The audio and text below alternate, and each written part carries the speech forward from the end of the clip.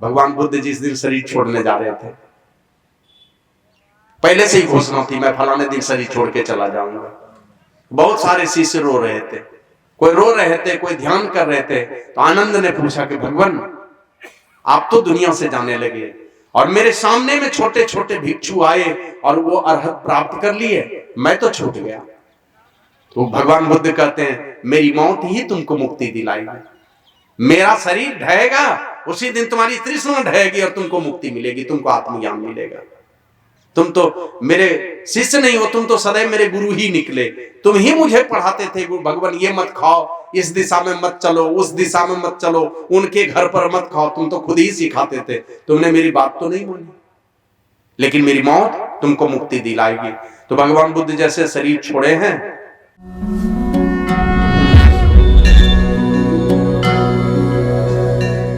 सदगुरु महर्षि में ही परमहंस जी महाराज के सन्यासी और ब्रह्मचारी वेश में मंच पर आसीन सभी मानस पुत्रों को नमन करता हूं। सदगुरु महर्षि में ही परमहंस जी महाराज के अनेकों सन्यासी शिष्य हुए। उन शिष्यों के माध्यम से लोगों ने गुरु के ज्ञान को निकट से एहसास किया है। उनमें हमारे गोड्डा जिले की धरती से भी एक महापुरुष हुए, स्वामी श्री गंगेश्वरानंद जी महाराज, जिन्होंने अपने सदगुरु से ज्ञान को प्राप्त किया और उस ज्ञान की गंगा को इस क्षेत्र में बहाया, खासकर संताल परिणाम और कुछ बंगाल का क्षेत्र। उन दिव्य महापुरुष को भी मैं, स्वामी श्री गंगेश्वरानंद जी महाराज को भी मैं बहुत बहुत बार नमन करता हूँ, बहुत बहुत बार नमन करता हूँ उस महापुरुष को जिनके माध्यम से मैंने गुरु की कृपा को जाना। वो है महर्षि शाही स्वामी जी महाराज। और उनकी एक ही बात पर कि तोरा सन्यास ले में भारी लगे छो, तो हमने कहा हुजूर अभी सन्यास लेके जाएंगे। उन महापुरुष को भी मैं बहुत बहुत बार नमन करता हूँ, नमन करता हूँ।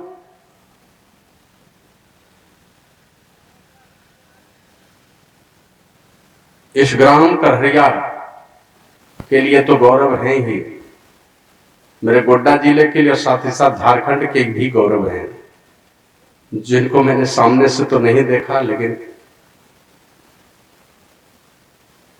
साथी संगी के बीच में चर्चा हुई, उनके कृत्य को जाना। और एक बार संजोग से मनियारपुर से गाड़ी आई थी कोयला लेने के लिए। हमने एसपी साहब को कहा कि कम से कम 125-150 क्विंटल यहाँ से भेजा जाएगा कोयला। तो बोले अच्छा ठीक है। मेरी पोस्टिंग थी गोपनीय शाखा में, डीसी के गोपनीय शाखा में। उस समय एसपी साहब चले गए छुट्टी में, डीएसपी भी चले गए छुट्टी में, और संजोग ऐसा हुआ यहाँ मुफस्सिल थाना, टाउन थाना, महागामा, पथरगामा सब थाना को हमने कह दिया। यहाँ के पुलिस इंस्पेक्टर को नहीं कहा तो सब गाड़ी घुसा दिया थाने में पुलिस इंस्पेक्टर ने। तो एक नंबर लिया किसी से हमने, और वो महाशय थे उड़ीसा में डीआईजी संजीव महाबरी, उनको लगाया यहाँ से फोन हमने, और उनका फोन यहाँ आया। तो अब एसडीपीओ को पता चला तो थाना प्रभारी को डांटना शुरू किया, गया यार किसकी गाड़ी तुम पकड़ के ले आए हो, निकालो जल्दी से। 12 बजे रात में सब कोयला की गाड़ी, कम से कम 125 क्विंटल कोयला 2-3 गाड़ियों पर लदा हुआ था, सब वो कोयले की गाड़ी यहाँ गई।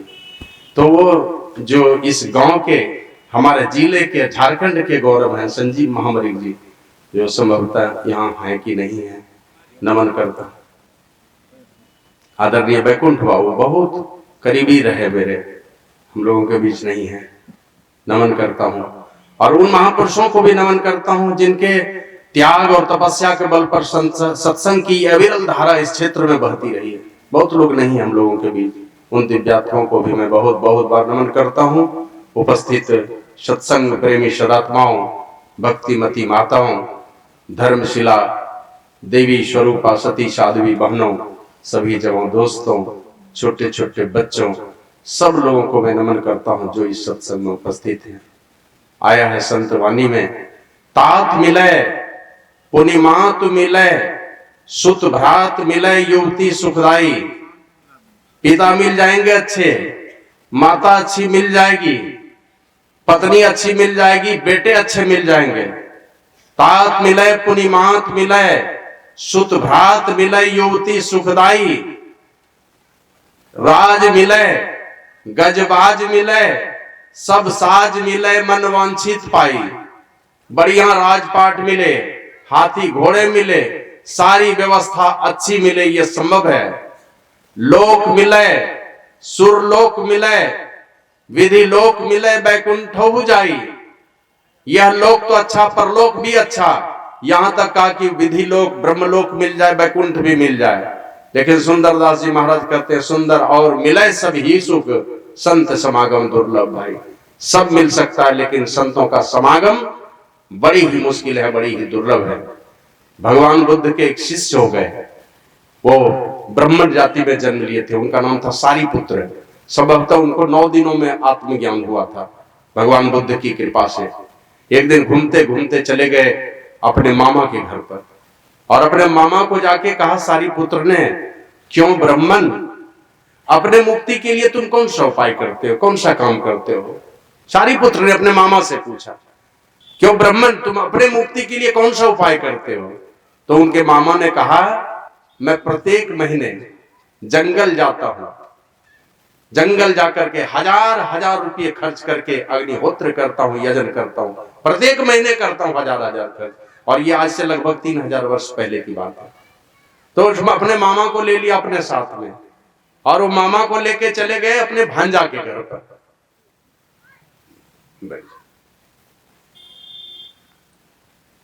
मामा सहित सारीपुत्र चला गया अपने भांजा के घर पर, और भांजा के घर पर जाकर के वो पूछता है, क्यों ब्राह्मण, अपने मुक्ति के लिए तुम कौन सा उपाय करते हो? तो कहा कि मैं प्रत्येक महीने पशु बलि देता हूं, हर महीने देता हूं पशु बलि अपने मुक्ति के निमित्त। तो भगवान बुद्ध ने दोनों को साथ में ले लिया, ये सारीपुत्र ने, और चले गए भगवान बुद्ध के पास। भगवान बुद्ध को कहा, भगवान ये मेरे मामा हैं, ये मेरे भांजा हैं, ये प्रत्येक महीने हजार हजार रुपये खर्च करके यजन करते हैं, अग्निहोत्र करते हैं, और ये मेरे भांजा हैं, भगना हैं, ये प्रत्येक महीने पशु बलि देते हैं अपने मुक्ति के निमित्त। भगवान बुद्ध ने कहा, चाहे महीने महीने पशु बलि दो, चाहे महीने महीने हजार हजार खर्च करके तुम अग्निहोत्र करो, यजन करो, बदले में किसी परिशुद्ध मन वाले भिक्षु की अल्पकाल के लिए संगति कर लो। जो पवित्र मन वाला कोई वीतरागी महापुरुष है, ऐसे महापुरुष की थोड़े काल के लिए भी दर्शन कर लो तुम जाकर के, उससे कई गुना ज्यादा पुण्य होगा, और वहीं से तुम्हारे मुक्ति का द्वार खुलेगा। ये सारीपुत्र के सामने में भगवान बुद्ध ने उपदेश दिया था। और इसी प्रकार का विचार जब परमात्मा कृपा करते हैं किन्हीं के ऊपर, परमात्मा द्रवित होते हैं किन्हीं के ऊपर, तो उनके अंदर में एक प्यास जगती है, जीने की दिशा बदलती है, वो जाते हैं संतों की संगति में। आया है तुलसीदास जी महाराज ने कहा, जब द्रवही दीन दयाल राघव साध संगति पाई। जिस दिन परमात्मा द्रवित होंगे तो मिलेगी संतों की संगति। थोड़े दिन पहले आप लोगों ने सुना होगा, संभवतः कर्नाटक के मुख्यमंत्री रेलवे स्टेशन पे घूम रहे थे, एक आदमी को देखा भीख मांगते हुए, पूछा भाई क्यों भीख मांग रहे हो? तो बोला मुझे कैंसर है, उसी के इलाज के लिए 25 लाख रुपए का चेक अपने अकाउंट से दे दिया उनको कि जाओ तुम इलाज करा लेना। अभी सुनते हैं, एक लड़की की शादी हुई, शादी के पहले जोगी जी को फोन किया कि कुछ गिफ्ट चाहिए। बोला क्या चाहिए गिफ्ट में? बस जो बारात आए उस बारात के लिए सड़क की व्यवस्था कर दो। तो रातों रात सड़क की व्यवस्था करवा दी। तो थोड़े दिन पहले हमने पढ़ा, घर में एक बहू को उसकी किडनी, दोनों किडनी डैमेज हो गई, अब तो वो बचेगी नहीं। पति की भी किडनी डैमेज है। मैके खबर भेजा तो अपने भाई, अपने माता पिता सबकी किडनी डैमेज थी। तो उनकी सासू मां कहती है, बेटी मैं जीवित हूं ना अभी, मैं तुझे मरने नहीं दूंगी। और सासू मां ने अपनी किडनी देकर के उनकी जान बचा ली, बहू को किडनी दे दी। तो संसार के लोग इस तरह से रिझेंगे। अभी सुने होंगे मुकेश अंबानी और अनिल अंबानी के विषय में थोड़े दिन पहले, एक भाई की कंपनी डूबने लगी तो दूसरे भाई ने करोड़ों का कर्जा जाके बैंक में चुकता कर दिया। तो दुनिया के लोग द्रवित होते हैं तो दुनिया की चीजें देते हैं, और वही चीज देते हैं जिसका एक न एक दिन नाश हो जाएगा। परमात्मा जब द्रवित होते हैं तो क्या देते हैं? उन्हीं के ऊपर जिन पर परमात्मा कृपा कर देंगे, परमात्मा जिनको देख करके द्रवित हो गए, आपको उठा के संतों के चरणों में भेजेंगे। आपके पास शरीर में शक्ति है, उससे भला होगा। आपके पास धन दौलत है, उससे भला होगा। आपके पास प्रतिष्ठा है तो उससे भला होगा, लेकिन उससे उतना भला नहीं होगा इन चारों से जितना भला ईश्वर की भक्ति से होगा। विद्या है आपके पास में, देखेंगे कभी कभी शरीर रहते विद्या चली जाती है, शरीर रहते प्रतिष्ठा चली जाती है, शरीर रहते धन दौलत चला जाता है, और शरीर रहते शरीर की शक्ति चली जाती है। इसलिए गुरु महाराज ने कहा परमात्मा की भक्ति करो, उससे उतना भला होगा जितना तुम भला चाहते हो, और दुनिया के अनेक प्रकार के कर्मों को करने से भी वो भला नहीं हो सकता। आदरणीय मास्टर साहब के मन में परिस्थिति बनी, महापुरुषों की संगति, और कारण यही था उनके साथ में माता मंदोदरी जैसी धर्मपत्नी मिल गई, भक्तिमती, रास्ते भक्ति के रास्ते पर चलने वाली। उनका सहारा मिला, उनके भी जीने की दिशा। इनकी जो अटूट भक्ति रही है गुरु महाराज के चरणों में, उनकी अटूट भक्ति ने मास्टर साहब को भी प्रेरित करके गुरु महाराज के चरण शरण में ला दिया। और उनके जीवन में इस प्रकार की घटना घटी को गुरु महाराज के शरण में आए। आप जानते होंगे नानक पंथ में 10-10 गुरु हुए, 10 गुरु हुए, दशमेश कहते हैं उनको। 10-10 गुरु हुए। गुरु नानक देव जी महाराज के बाद गुरु अंगद देव जी महाराज गद्दी पर बैठे, और गुरु अंगद देव जी महाराज की बेटी जब ससुराल गई, कुछ कुछ गाती थी, कोई भी काम करे तो कुछ कुछ गुनगुनाती थी। और जो जिस विचार के लोग होते हैं ना, उसको पहचान लेते हैं लोग।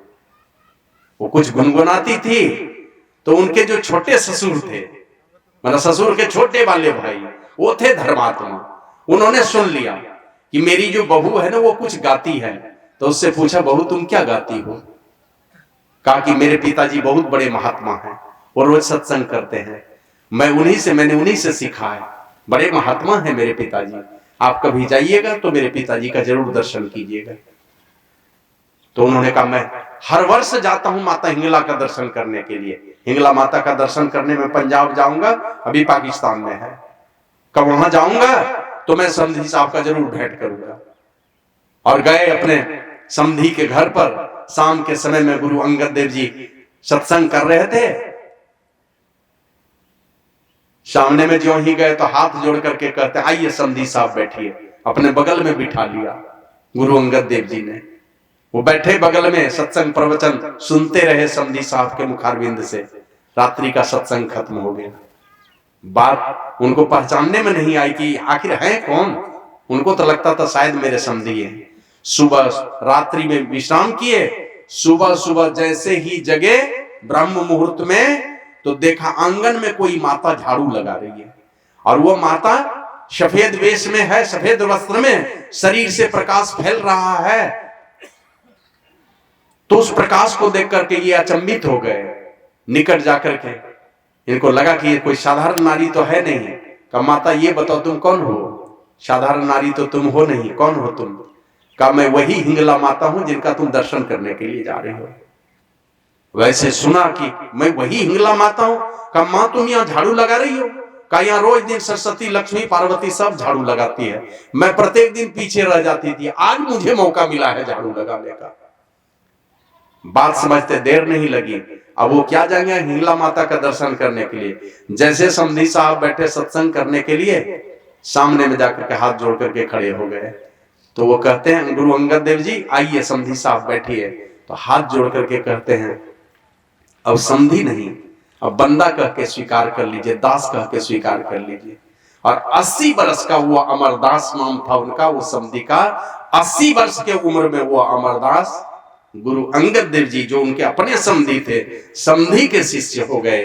और समधी का शिष्य रह करके ऐसी गुरु की सेवा उन्होंने की कि जब तक गुरुदेव उनके रहे कभी उनके सामने में बैठे नहीं। 80 वर्ष के बूढ़े हैं। लोग कहते थे आप बैठते क्यों नहीं है? तो कहते थे शरीर बूढ़ा हो चुका है, गुरु का अगर कुछ आदेश होगा उठ के खड़ा होने में कुछ समय तो लगेगा, विलंब हो जाएगा, इसलिए मैं गुरु की सेवा में सदैव तत्पर रहता हूँ, खड़ा ही रहता हूँ। लोग कहते पानी लाने जाते थे तो उल्टे पांव चलते थे, गुरु को पीठ नहीं दिखाते थे कभी। कोसों दूर से पानी लाते थे तो उल्टे कदम चलते थे, पीछे की ओर चलते थे और पानी लेकर के आते थे अपने समधी के सेवा में। और इस प्रकार की सेवा की कि गुरु अंगद देव जी के जाने के बाद नानक पंथ के बाद वाले गुरु वही बने हैं, अमरदास जी बने।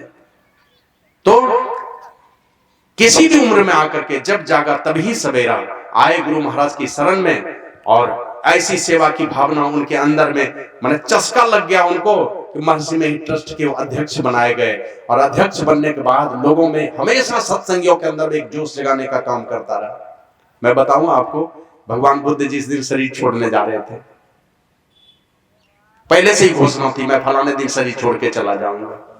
बहुत सारे शिष्य रो रहे थे, कोई रो रहे थे, कोई ध्यान कर रहे थे। तो आनंद ने पूछा कि भगवान आप तो दुनिया से जाने लगे और मेरे सामने में छोटे छोटे भिक्षु आए और वो अरहत प्राप्त कर लिए, मैं तो छूट गया।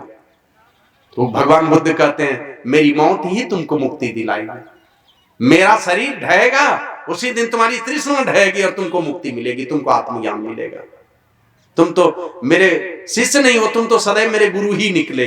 तुम ही मुझे पढ़ाते थे भगवान ये मत खाओ, इस दिशा में मत चलो, उस दिशा में मत चलो, उनके घर पर मत खाओ, तुम तो खुद ही सिखाते थे। तुमने मेरी बात तो नहीं मानी, लेकिन मेरी मौत तुमको मुक्ति दिलाएगी। तो भगवान बुद्ध जैसे शरीर छोड़े हैं, उनको ऐसा वैराग्य हुआ, उनके शिष्य आनंद को बैठा ध्यान करने के लिए। तो 24 घंटे के बाद जैसे ही वो जगता है तो आत्मज्ञान हो चुका था, उसको समाधि लग चुकी थी। तो भगवान बुद्ध के शरीर छोड़ने के पहले 129 वर्ष का एक वृद्ध आदमी एक लाठी लेकर के ठक ठक करते हुए चला आया भगवान बुद्ध के द्वार पर और आनंद को जाके कहा कि मुझे भगवान बुद्ध का दर्शन करा दो। तो आनंद कहता कि नहीं, भगवान बुद्ध अभी अब दर्शन नहीं देंगे, भगवान के शरीर छोड़ने का समय पूरा हो चुका है। तो अंदर से आवाज आती कि आनंद आने दो, मैं उसी के लिए रुका हुआ हूं। और वो 129 वर्ष का बूढ़ा आदमी, कमर टेढ़ी है, हाथ में लाठी है, चेहरे पर झुर्रियां हैं, धीरे धीरे भगवान बुद्ध के पास गए और भगवान बुद्ध ने उनको दीक्षा मंत्र बतलाया, भजन भेद दिया। और वो 129 वर्ष का अनिरुद्ध नाम था उनका, वो वृद्ध अनिरुद्ध बैठा ध्यान करने। भगवान बुद्ध शरीर छोड़ के गए, हजारों लाखों लोग आंसू बहा रहे थे और वो अनिरुद्ध बैठ गया ध्यान करने। वो बैठा तो बैठा ही रह गया, 24 घंटे के बाद वो समाधि भंग होती है, उसको आत्मज्ञान हो चुका था। तो इसलिए आदरणीय मास्टर साहब सूर्य नारायण बाबू ये गुरु महाराज के बड़े ही प्रेमी भक्त हुए हैं। गुरु महाराज कहते थे मेरा जो दीक्षा मंत्र है, तुम हो सकता है गुरु को भुला दो, लेकिन ये मेरा जो दीक्षा मंत्र है, मेरा ये संस्कार तुमको छोड़ेगा नहीं, एक न एक दिन तुमको मुक्ति दिला के ही छोड़ेगा। तुम भूल सकते हो मुझे, लेकिन मेरा ये दिया गया संस्कार तुमको कभी नहीं छोड़ेगा, एक न एक दिन ले जाकर के उस पायदान पर खड़ा करेगा जहां से मुक्ति का द्वार खुलता है। तो इसलिए विशेष न कह करके जिन शास्त्र की चर्चा हुई, इन बातों पर हम लोग अपराह्नकालीन सत्संग में चर्चा करेंगे, क्योंकि 11 बजे का ही समय था, अनावरण भी होना है प्रतिमा का। तो विशेष ना बोल करके मैं यही कहूंगा, जिसके विषय में हम लोग चर्चा में भी सुन रहे थे, योग हीनम कथम ज्ञान मोक्ष संभवती हो, योगो अपि ज्ञान हीनस्तु न क्षमो मोक्ष कर्मरे। जिससे मेरा वियोग हुआ उसी से योग हो जाए, और यही वियोग ही हमारे दुख का कारण है। जिसको माता सबरी ने कहा था कि ही विधि स्तुति करो तुम्हारी, अधम जाति में जड़मति भारी, अधम ते अधम अधम अति नारी। 4 बार अधम अधम का प्रयोग किया कि हे भगवान, मैं तो आपके साथ थी, मैं परमात्मा के साथ थी, वहां से मैं खिसक करके निशब्द दशा से शब्द मंडल में आई, शब्द मंडल से खिसक के प्रकाश मंडल में आई, प्रकाश मंडल से एक सीढ़ी और उतर गई तो अंधकार मंडल में मैं चली आई। ऐसी मेरी जड़मति हो गई, मेरी मति ही जड़ में समाहित है। उलट करके हमारे गुरु महाराज कहते हैं, तू उतरी परियो तम माही पीब नी शब्द में, यही ते परी गयो दूर चलो नी शब्द में। दूर क्यों हो गए?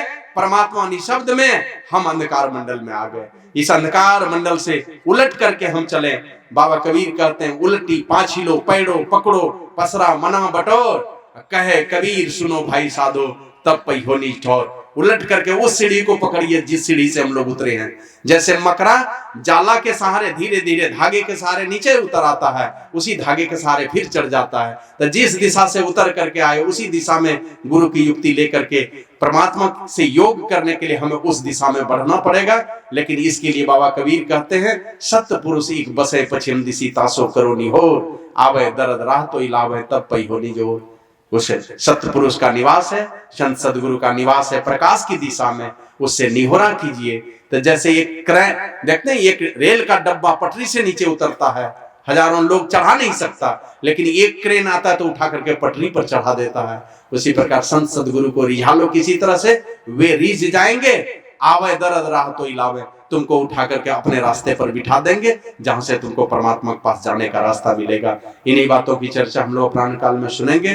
बहुत बहुत आदरणीय मास्टर साहब गुरु महाराज के चरण के अनुरागी रहे, सारा जीवन गुरु के स्मरण में उनका बीतता रहा है। निश्चित रूप से हमारे गुरु महाराज कहते यही कह करके गए हैं, मैं मुक्ति नहीं चाहता, मैं बार बार आऊंगा और जब भी आऊंगा तो अनेकों को लेकर के जाऊंगा। तो जो उनके आशा में अपने आंचल को फैला के रखेंगे, अपने हथेली को फैला करके रखेंगे, उन्हीं पर गुरु की कृपा बरसेगी। गुरु महाराज कहते थे, एक भक्त ने कहा कि गुरुदेव आप मेरे ऊपर कृपा करें, दया करें। तो गुरु महाराज कहते थे कि मैं तुम्हारे ऊपर दया करता हूं, तुम्हारे दुख को देखकर मुझे दर्द होता है, मैं दया करता हूं तुम्हारे पास, लेकिन और मेरी दया रोज दिन तुम्हारे पास जाती है, मेरी कृपा रोज दिन तुम्हारे पास जाती है, लेकिन तुमको सोया हुआ देख करके मेरी कृपा लौट के चली आती है। बोला गुरुदेव आपकी कृपा कब जाती है? बोली मेरी कृपा जाती है ब्रह्म मुहूर्त में, उस समय तुमको सोया हुआ पा करके मेरी कृपा लौट करके चली आती है। हमारे गुरु महाराज ने कहा, सदगुरु कृपा की आसना और आस है तो क्या, करता जो नित अभ्यास न विश्वास है तो क्या। अभ्यास नहीं करेंगे तो क्या है विश्वास आपको। तो नियमित रूप से गुरु के गुणों का गायन हो, गुरु का आदेश और उपदेश के घेरे में हमारा जीवन समर्पित हो। जो ऐसे समर्पित भक्त होंगे उनका परम कल्याण होगा। ऐसे समर्पित भक्तों में से आदरणीय मास्टर साहब सूर्यनारायण बाबू का रहे हैं, उनका जीवन इस प्रकार का गुरु के प्रति समर्पित रहा है। उनकी धर्मपत्नी, उनकी अर्धांगिनी, उनकी बेटियां सारे अच्छे संस्कार वाले हैं। उनके जो दामाद हैं अच्छे खानदान के लोग हैं, सब लोग अच्छे विचार वाले हैं। इन सारे अच्छे विचार वालों के चलते ही यह उनके पुण्यतिथि पर, और खास करके शायद आज हम माँ भारती के सच्चे समूह जिन्होंने भारत के वैष्णव धर्म का, हिंदू धर्म का, मानव धर्म का ये दुनिया में डंका पिटवाया, ऐसे स्वामी विवेकानंद की संभवतः जयंती भी है। तो ऐसे महापुरुष को भी सच्ची श्रद्धांजलि देता हूं। और जिनके निमित्त ये सत्संग का आयोजन हुआ है, आदरणीय सेवानिवृत्त प्रधानाध्यापक और महर्षि मेही ट्रस्ट के पूर्व अध्यक्ष माननीय आदरणीय स्वर्गीय सूर्यनारायण यादव जी के चरण कमलों में मैं अपनी श्रद्धांजलि अर्पित करता हूं। और उनकी जो धर्म पत्नी है, एक दिन वो मेरे पास आई, जैसे धीरे धीरे कमर झुकी थी, चरण छूना चाहे, तो हमने उनका हाथ पकड़ के अपने माथे पर रख लिया। हमने कहा माता जी आपके हाथ का स्थान इधर नहीं, आपके हाथ का स्थान तो मेरे मस्तक पर है। तो बड़ी ही भक्तिमती हैं, उनका भी जीवन सुख समृद्धि और शांति से भरा रहे। वृद्धावस्था का जीवन है, वो पति और गुरु के बताए रास्ते पर सदैव बढ़ती रहे। सुख शांति का जीवन हो, उनका स्वस्थ शरीर हो, दिव्य शरीर हो, ऐसी कामना करता हूँ। मास्टर साहब के चरणों में अपनी श्रद्धांजलि अर्पित करते हुए तमाम भक्तों और मंच पर आसीन सभी संतों को मैं बहुत बहुत बार नमन करता हूँ। बोलिए प्रेम से श्री सद्गुरु महाराज की जय।